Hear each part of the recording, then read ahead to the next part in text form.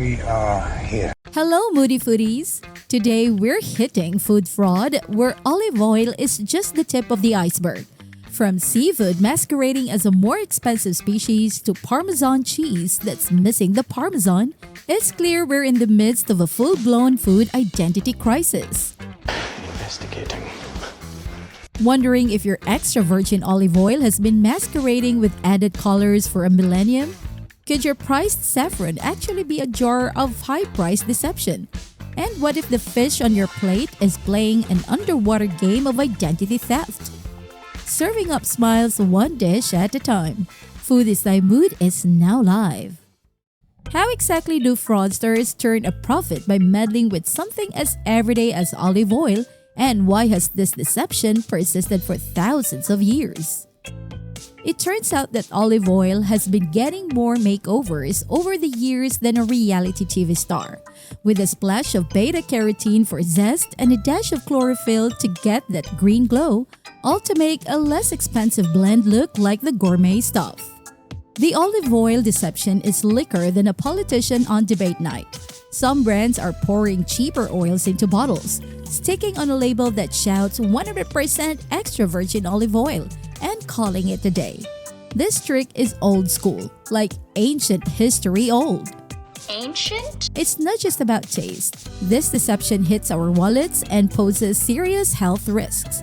Food fraudsters have been perfecting their craft for centuries, with some estimates suggesting it affects at least 1% of the global food industry. That might sound small, but it adds up to an astonishing $40 billion a year. Now, I'm no math whiz, but even I could tell that's a lot of dough and not the kind you bake with. In the US alone, 10% of all food is thought to be adulterated. So, next time you're wheeling your cart through the store, think about it. You might just have a culinary imposter hitching a ride next to your toilet paper and laundry detergent.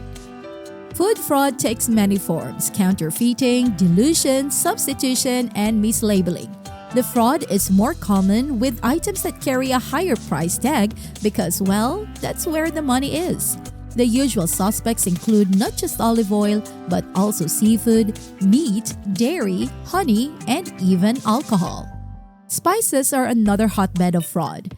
Take saffron, one of the most expensive spices. What you think is a jar of pure saffron might actually be bulked up with cheaper materials like plant stems.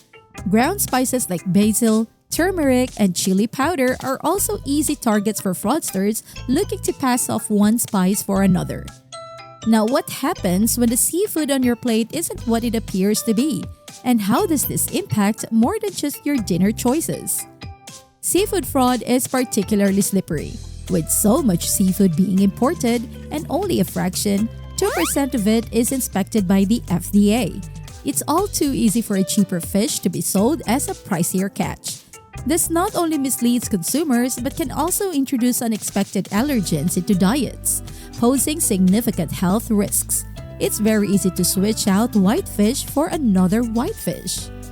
But why is this happening on such a massive scale? Economically motivated adulteration, or EMA, is to blame. The allure of higher profit margins by passing off cheaper goods as premier products is too tempting for some to resist.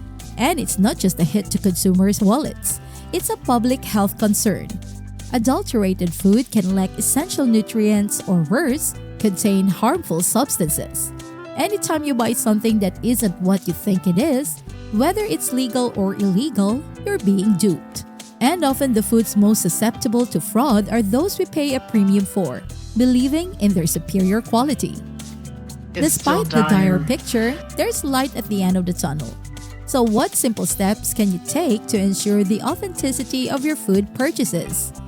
Getting wise to food fraud is a bit like updating your scam filter. It's all about paying attention. Next time you're eyeing that fancy bottle of olive oil, don't be shy. Flip it over and give it a third degree. Where is it from? When did those olives hit the press? And if there's no best by date, it's like a blind date with your salad. You'd never know what you're going to get. The spice market, too, requires a keen eye. While it might be challenging to verify the purity of ground spices, opting for whole spices and grinding them yourself can be a safer bet. Similarly with seafood, purchasing whole fish when possible allows for better identification of the species, reducing the risk of substitution. The fight against food fraud isn't just about individual vigilance, it calls for systematic changes. But what happens when even the guardians of our food safety are outpaced by cunning fraudsters? The FDA and other regulatory bodies play a critical role in monitoring and enforcing food safety standards. Laws like the Food Safety Modernization Act have strengthened food safety protocols, but there's still much work to be done in terms of prevention and detection. Food fraud prevention is akin to being a culinary detective, scrutinizing labels, questioning origins, and demanding transparency. It's about pushing back against a system that too often prioritizes profit over purity. By choosing trusted suppliers, asking the right questions, and advocating for stricter regulations, we could start to turn the tide against food fraud. As consumers, we hold power in our choices and voices.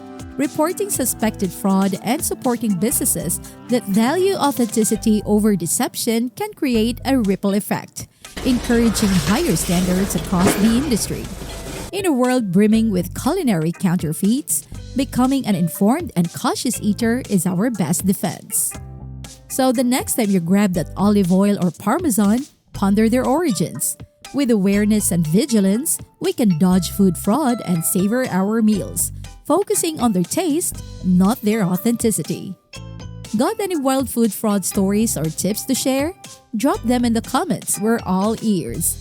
And hey, if you haven't yet, hit that subscribe button to join our flavorful journey on our channel. Keep eating real and stay savvy, folks. Until next time, keep your forks curious and your labels checked.